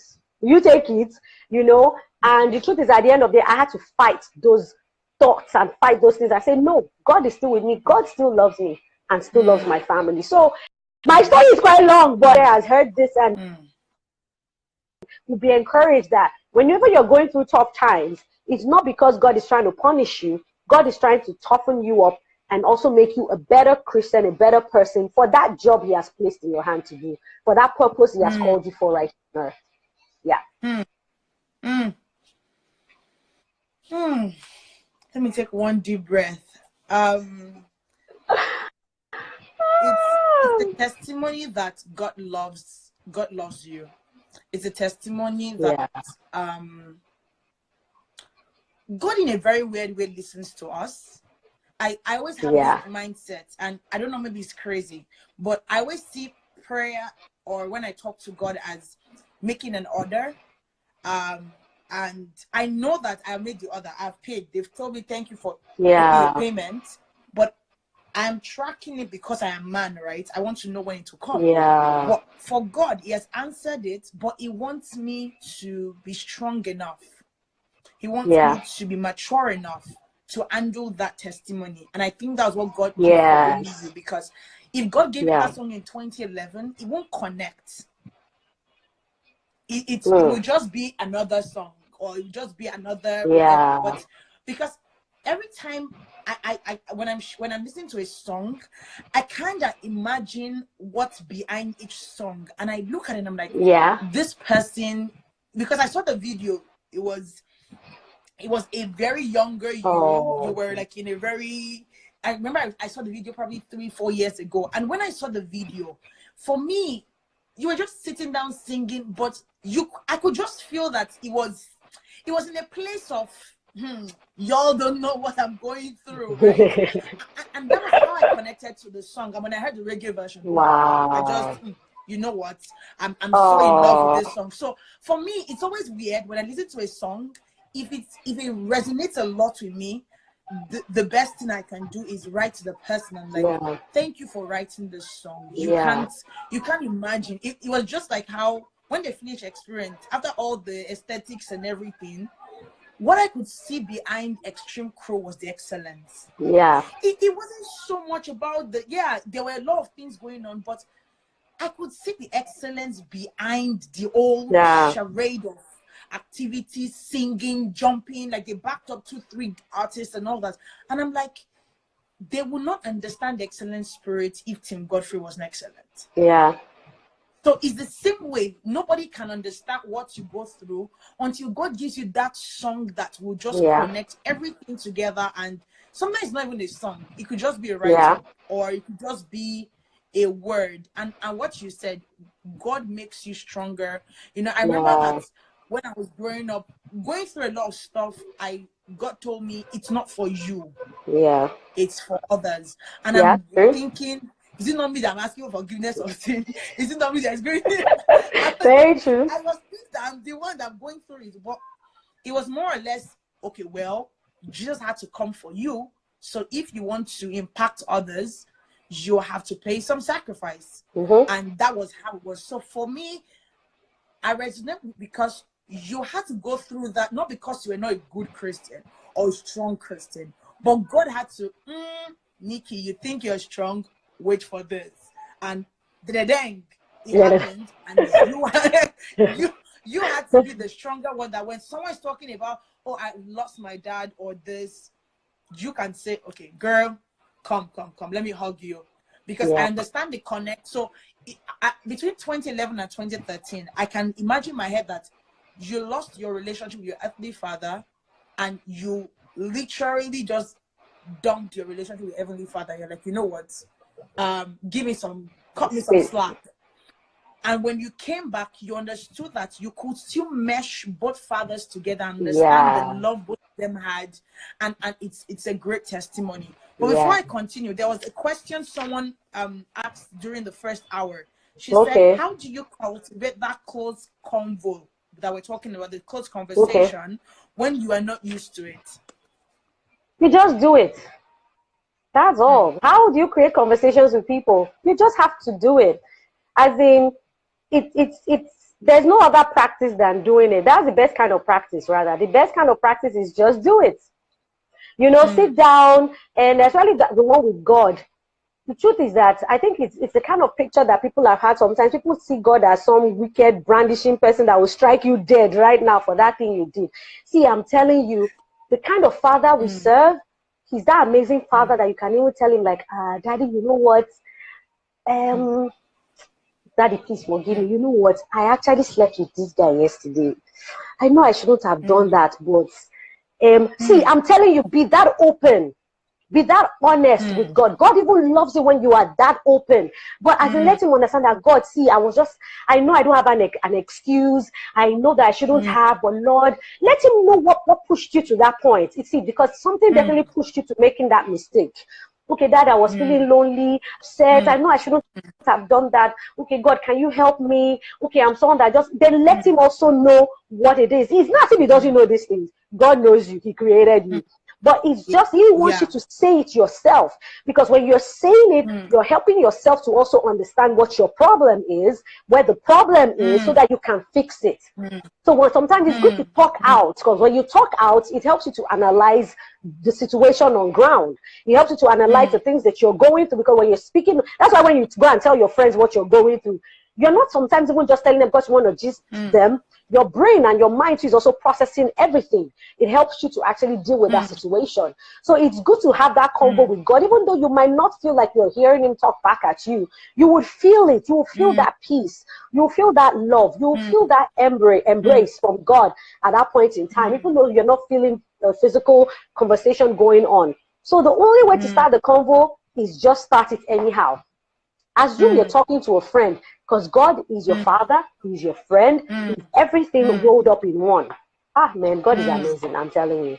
He's just amazing. God is Really amazing. And I remember that one thing that God told me is, make me your best friend and you see how much I love you.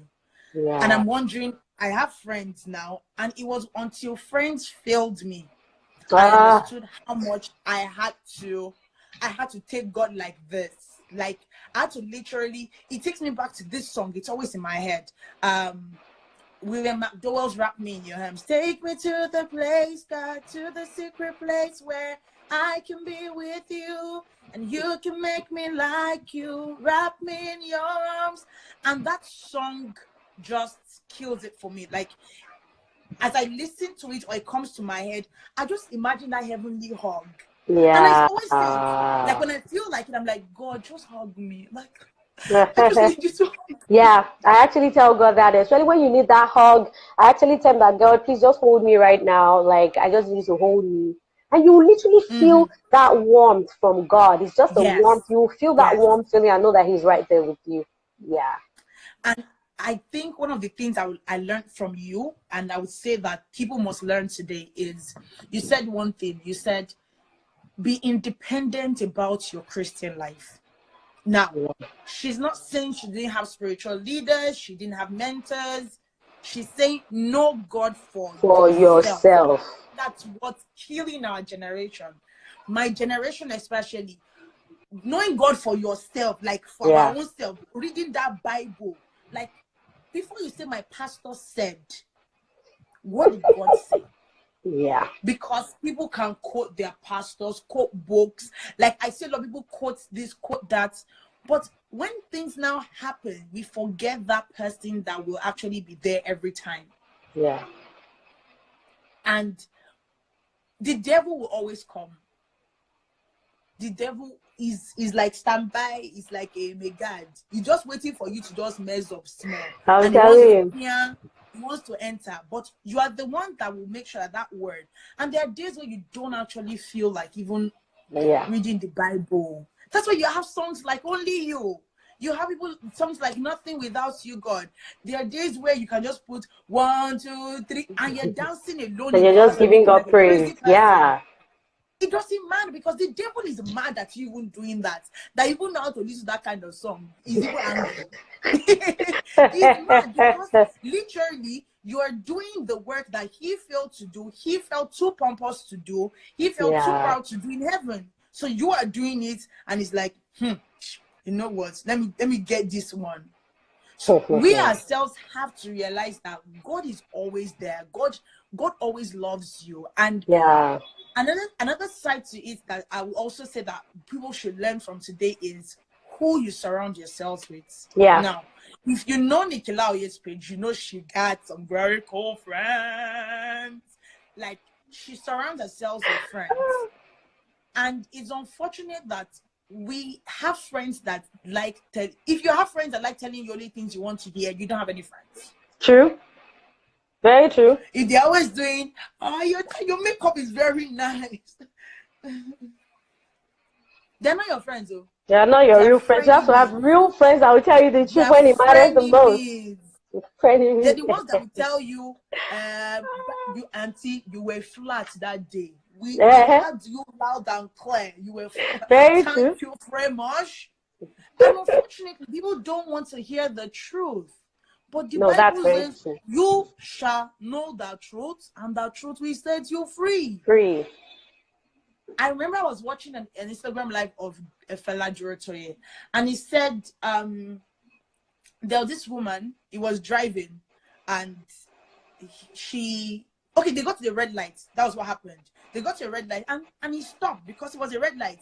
And no one was shouting, "Are you mad? Move! What's wrong with you?" Really? He said he was sad, not because she was doing that, but because her kids were in the car. And he was sending a message to the kids that it's only a mad person that will stop at a red light. And I'm like, wow. So it means that my life sends a message to others that if I'm not careful, I will send the wrong things to others. So, and I was sharing with a couple of friends last week, Sunday, and I said, the people in Antioch did write, "I am a Christian." It was the people of the city that said, these were followers of Christ. They are Christians. Yeah. So if you have to say, "Don't you know I'm a Christian?" Very true. Very, very true. If you have to start announcing to the world that you're a Christian, check it. Because Nikki's dad, or let's say her grand uncle doesn't have to say, "I'm a king," or her uncle says, "I'm a prince." They already see him. They are seeing this, like you're seeing the honest staff. You already know he's coming. So you have to announce your presence after the Lord has said you are kings and priests on earth. So who's your daddy? Know who you are. Surround yourselves with amazing people that will tell you the truth, that will help you grow. You have friends that the only things you guys talk about is how to pull down other people.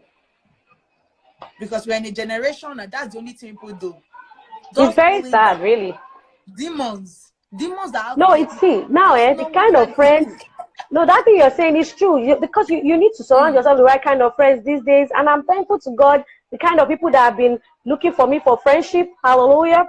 AKA, let me tell this one. When DJ Copy reached out to me to be my friend, I said, I like that kind of friend. That's the kind of friend we're talking about in these days.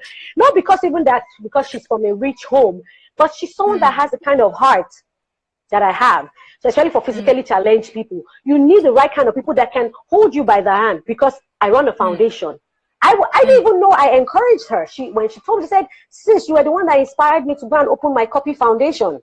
And I was like, wow.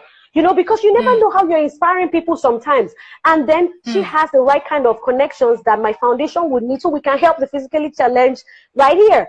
That's the kind of friendship we're talking about. You need to be having the right kind of friend. I cannot be having friends that people that don't have work to do and be chatting rubbish. No, but seriously, you need to have friends that are leading you in the right line of your purpose. Sometimes they might not even necessarily be people in your area of jurisdiction, but they are friends that can tell you, "Oh, Nikki, you get angry too easily. Calm down." They might just be friends that are there to help you emotionally, because everyone has their job. Some are there to help you maybe in your area of crafts. Some are there to help you with your mind. I have friends, I know the friends I talk to when I'm going crazy, when I'm like, "Oh, how do I know?" They'll say, "Nikki, calm down. Nikki, calm down. You're not thinking straight. Nikki, stop it. Nikki, bring your phone." You know, friends that will tell you the truth and how to deal with stuff. Not friends that will lie to you. Because it really matters. The people that you're rolling with in life, generally, it really, really matters. Yeah. Before I jump into, and I know that one of the things I want to talk about was your foundation and naming the foundation after your dad. But to push that a little bit up, I want to ask a question. You said something about having a very close relationship with your dad. You were able to talk to your dad about everything. Now, I remember the story of Jacob and Dinah, and I still ask questions of when Dinah went to the city, when we followed the ladies of the city and all that happened to her. Was it like she didn't have a bond with her father? How important is having a bond with your parents right now? And number two is people that don't have dads, and probably they've lost their dads and they have their moms, or they've lost both parents. How do they reach out to people that they want them to be role models in their lives without making it look like you are taking advantage of access? Because okay, I have access to Nikki Laoye now. I should now say, don't you want her number? Don't worry, I'll you get that kind of thing. Because I remember that last week, Big Bolaji repeated that thing again, and he had said on the show Yeah. before, and he was like, "Don't abuse access." A lot of people abuse access. So how do I, even though I've lost my father and mother, and I don't have that bond I'm supposed to have with parents, how do I access like a mentor, someone I can look up to without abusing it, and also creating that bond with them? You know, the funny irony that, well, it depends. It depends on the level of access you have with these people. There might be some people that you know might allow you to spend time with them. That is, you can call them, you can talk to them. But there are some people that you might just have to have them as a mentor from afar. Funny enough, Ono even wrote something about this just this morning on our Insta story. She actually wrote about the fact that, yes, I know a lot of people you guys want to be mentored by someone, but the truth is that sometimes you can be mentored from afar. You don't have to be close to that person. You don't have to, you know, try to disturb these people sometimes. Because truthfully, I personally have a lot of mentors too that I love from afar. I don't have the opportunity to talk to them, but just watching how they do stuff and being around them, their works and stuff, you can be encouraged like that. But sometimes you're also blessed to have people that you have access to. I'm blessed to have one or two people that I have access to that I can actually call on the phone, I can actually talk to. But the truth is that in life, see, you still have to work out your salvation by yourself. Sometimes you might not necessarily have everybody. You still have your Heavenly Father that has your time 24/7. You don't have to wait to talk to him. You don't have to queue up to talk to him. So I guess at the end of the day, you do what you can on the earthly level. That is, those that you have access to, great.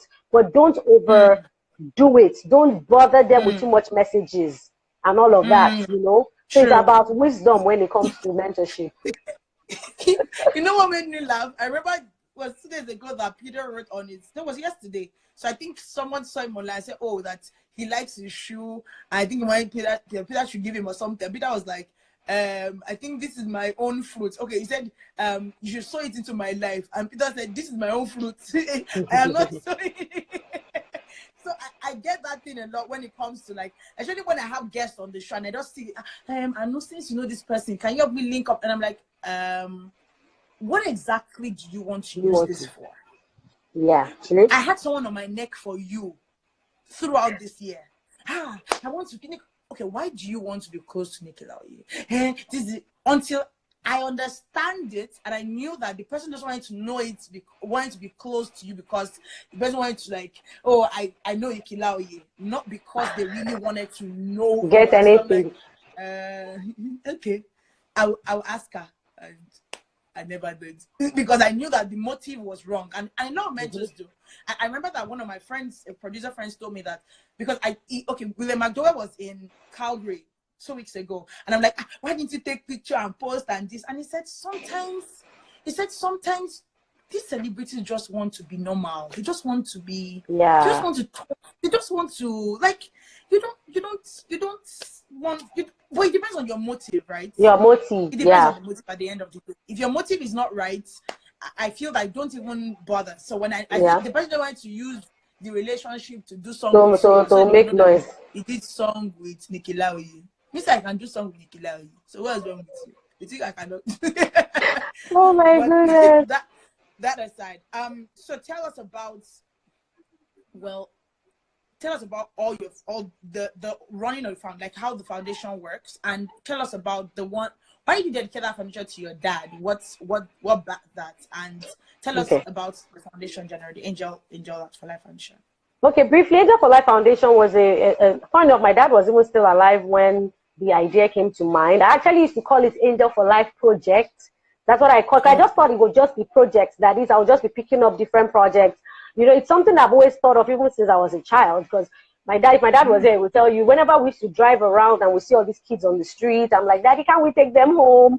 They don't have a house to sleep. My parents would be like, what do you concern you? I've just always, but I learned that from them because they themselves, they're very caring and accommodating to people. So I always thought that, okay, let us be caring and accommodating to others. But I always told God that when I get to a place of influence, I would love to use that to help as many people as possible. So I started Angel for Life then in 2010. I actually started it officially in 2010. I'd been doing some work with some other foundation, but I started mine in 2010. And I was just very particular about people with physical challenges, especially because I realized that when I worked on my first single, never felt this way before. I worked with Cobams. Cobams was my neighbor at that point in time. And I used to see that Kubams had this amazing family, his mom, his brothers, everyone was always there to support him. You would see him running up and down the staircase all by himself. And he was actually born blind. And the mom used to tell me that, they were just there for him and they supported him. And I was like, there are a lot of other people out there that are physically challenged that don't have that support system around them, and they need it. And I said, okay, God, I want to be a big sister to anyone who is going through, physical challenges. So that's what gave birth to Angel for Life in 2010. And God has been faithful over the years. We've done many projects like the Buy a Cane project. I helped to set up the very first White Cane Walk in 2012 in Lagos State, and got a lot of artists involved. And over time, obviously, because of the work I was doing, the Refugee Commission in Nigeria actually made me their celebrity voice in Lagos. And that's how I got involved in supporting internally displaced persons, migrants, returnees. And that's how I got to be a part of that whole Libya returning situation last year as well, because I'm someone that knows how to create awareness using my platforms and all of that. And the truth is that we had this particular project that was called Teach a Child Project. That's what I'd called it, Teach a Child. But when I lost my dad, I wanted to name one of the projects after him. And that's why I named that one Isaac Olushola Educational Project for Students with Disabilities. So it's actually a scholarship project that makes sure that we keep people with physical challenges in school. So either you're blind or you're physically challenged and you still want to go back to school, we'll find a way to actually keep you in school or get you involved in one training or the other. So that was the project that I actually named after my dad, to ensure that people get the access to education despite their physical disabilities. So I do thank God that Angel for Life over the years, officially Angel for Life is going to be 7 years old this year now. It's 7 years old this year. And God has been faithful. We've worked with so many people and we look forward to working with many more. I've received a couple of awards over the years for this. But the most important thing is to create an inclusive society in Nigeria. Nigeria is still getting to that place to understand how to create a better environment for the blind, for the visually impaired, for the partially sighted, and even for the physically challenged as well. And let them realize that they have a space and room to actually be a part of society as well. So that's what basically all Angel for Life is about. Then, okay, so this has popped in my head. And I think that's something that I hope that since you're working with the Lagos states, it's something that you can tell them to plan or implement in every building, every structure that they build. There should be like a disability kind of, how you have this like the wall kind of thing, because I think it's something that they should inculcate into their buildings. Because part of the things that I noticed that people find difficult to go from place to place. I was watching the Better House show and Kobams was the guest, and he talked about all these things on how he had the support. He had to trust. I remember one TEDx show that I learned one thing. He said, trust even though you don't feel like, but just trust. And he said then his friends would tease him that jump, there's a gutter, and there's no gutter. But because he trusted, he would just jump and all that. And he talked about his story meeting his wife and how it all went, that it was like, this girl, she's everything I want in the world. Why am I not marrying you? And all that. And for me, I think that people that have the physically challenged, the problem they have is they don't have access to all these things in Nigeria. And I think it's because we're not, like you said, inclusive in all these things that are going on. So even that every structure that will be built in Lagos State or in every company or every petrol station or whatever it is, it should have a walk path, not just steps. Because everybody is building steps. Let there be a pathway for people that cannot climb the stairs or cannot see on this or that. It's very important, and make them inclusive in the society. I went to court a couple of weeks ago, and the person at the front desk was using a braille to type, right? She was the one in the front desk. And for me, it was more or less like, in my country, they will not even look at you, not talk or give you a job, right? So but the truth is that in Nigeria, though, at the moment, there are some companies that are actually employing the blind and visually and physically challenged. There are some companies that are doing, like I know at EcoBank, the head office, there's a lady that I think either at the reception, she's either blind or physically challenged, one of the two. I think I remember I was told about that. Then there are some radio stations I've been to, I've seen some interns in there who are actually physically challenged. Some companies are actually putting them in. And I think some of these companies need to understand. I think there's a way that they can even get access to grants and all of this if they actually employ some of these people, because there are some foundations and companies out there that will be willing to actually support you for employing someone who is actually visually impaired or physically challenged, but some of them need to look into it. Then when it comes to this issue of ramps, a lot of these new buildings actually put it in their structure. I think where the problem has been is from the old buildings and old structures, because in Nigeria at that point in time, it wasn't a priority. But I kind of believe that right now, because most of the new buildings I've been to lately, I see that they all either have ramps or there's some kind of proper structure that's been put in place to actually help people with disabilities. Some of them are trying, actually. I think it has to do with, still at the same time, mindset. So we'll still keep using our platforms to still keep talking about this, actually. Oh God, I would say that today is one of the most amazing days ever. Oh, thank you so much. Thank you very, very, very, very, very much. Thank you for having me. What bathed me wanting to, I actually been saying in my head that I was gonna have you on the show like several times, but by the time I would like want to message, I was like, oh, she's in this place, oh, she's in that place, okay, she's so but when you went to the US and you had that living room talk and it was on Instagram Live and I had the story, I'm like, no, people, she must come on my show to say this. and I am super happy that thing in my head came to reality. I am super grateful, sis, and I pray that God will always be there for you. Amen. God will always be your strength. Amen. God will always be your best friend. Even when you don't talk, he will always open your heart to want to talk to him, and he will always be there for you. You know, she's doing a lot. So people, you can give. You can check on her Instagram feed. I'll put the account numbers you can send money for. You can do for Ken. I know that I participated in the Ken, the Ken one a couple of months ago. So yeah, buy a Ken. So you can always participate in that. You can participate in buying a wheelchair. You can participate in all those things. I'll put the picture of where all the information and details you need to send the flyer on the Life Matters page. So please, let's support. Somebody is doing Thank you very much. Don't say, oh my God, I cannot do anything. I don't know what to do. Don't worry. You can always give. So you can always send it. Even if you want to, if you are in the abroad, you can always give. There's Western Union. There's even PayPal too. So we have a PayPal too, so they can do PayPal and the Western Union. So you can always have direct access to that. So for those that want to watch the full episode, it will be on my YouTube channel, and to be here for 24 hours. But I know that it will be on the YouTube channel before the end of the day. So you should go and watch this and tell your friends also. And wherever you are, you can be that change. That homeless person close to you. You can be that change. What are you doing with all the boxes of clothes you have in your house? You can always give it out there. There are some, even here, there's so many places you can even dump. There are like cans, like garbage, like big.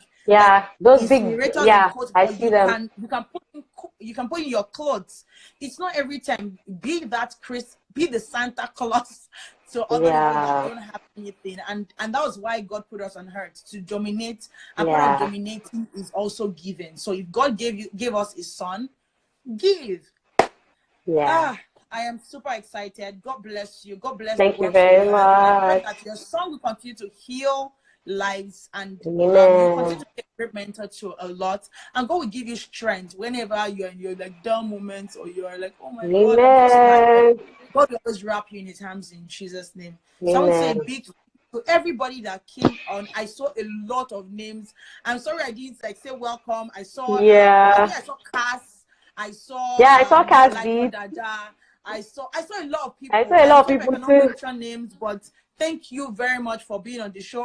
Clearly, everybody that's always here every week, I'll say God bless you. Nels even was messaged me. I think I saw Nels too. God bless everybody. Thank you very much. Next week Wednesday is another amazing episode on Life Matters with Adedire. And I want to say a big thank you to Nikki for being on the show today. Thank you for having me. God bless you and God have a bless you wonderful too. day. Enjoy the rest of I the week. will. So, people, next week, Wednesday, we're going to do a big shout out to Nikki Laoye to be at her birthday. So, we'll be doing a big Oh, that's Nikki true. Laoye shout out on her birthday. So, people, Ah. you should be ready. We're going to be doing some 1, 2, 3 steppings on Woo! Wednesday. And on Sunday, yes. So if you're in Lagos, please tell us the details for the concert on Sunday. Okay, on Sunday it's called Let's Rock with Nikki Laoye and friends. This is actually going to be a constant, steady hangouts that I'm going to be having for young Christians, a place where they can find themselves and express themselves and find God. So the first one is happening on the 16th of December. That is this Sunday at his Dulce, that's the name of the place, number 4, Ligali Ayoride. And you can see the details, the flyers on my page. Samuel Poso is going to be there. Toasty Marks, Ishak will be everyone. Yeah. So people, It'll be fun. will it be streamed for we in the abroad? I will try to work that out. I'm actually going to try to work that out. Because we're always missing everything. I don't know why. We're always missing everything. But don't worry. We'll be hoping that, but if not, I'll put a flyer for where you can get the details for the Angel for Life Foundation and the payments. And also we'll be putting the flyer for the show on Sunday. So we'll put it together and we'll put all the details all together. But thank you, Nikki. Thank you. Thank you very much. God bless you. All right. Bye, everyone. Bye. God bless you. Bye. So people, I want to say a big thank you to everybody that was on the show today. I had an amazing time. I am not kidding you. I had an amazing time. And for those listening to me on Amen Radio, so God bless you. God be with you. Please let us make sure that we support people around us, help people that are around you, even your family members. Don't just be everywhere doing giveaway when your family members also need money. Yes, it's very nice. It's very nice to do giveaway. It's very interesting. I remember that when I was thinking for the 1 year anniversary, I was praying to God and like, oh God, should we do a giveaway? And I had that restrain my spirit because I knew that people around me even needed stuff. So there are times where before you be the Instagram celebrity you are trying to be the be the family celebrity and help people around you. It is very important. I want to say a big thank you to everybody here. Shore Kids, Tonya Deshola, Love Ruti, Toyosi, SJ Music, Rookie, Bukola, everybody that came here. God bless you. God bless you. Okay, so someone said, someone sent me your picture today and told me we look alike. Okay, I'm gonna go and check your profile. So yeah, I think I will look alike today. So God bless you. I'll see you next week Wednesday. I'm gonna be having another amazing guest who'll be talking about something very interesting. It'll be a very interesting topic. So you should lock down. My name is still Aanu Adedire, and this is Life Matters with Aanu Adedire. God bless you. I'll see you next week Wednesday. Bye. God bless you.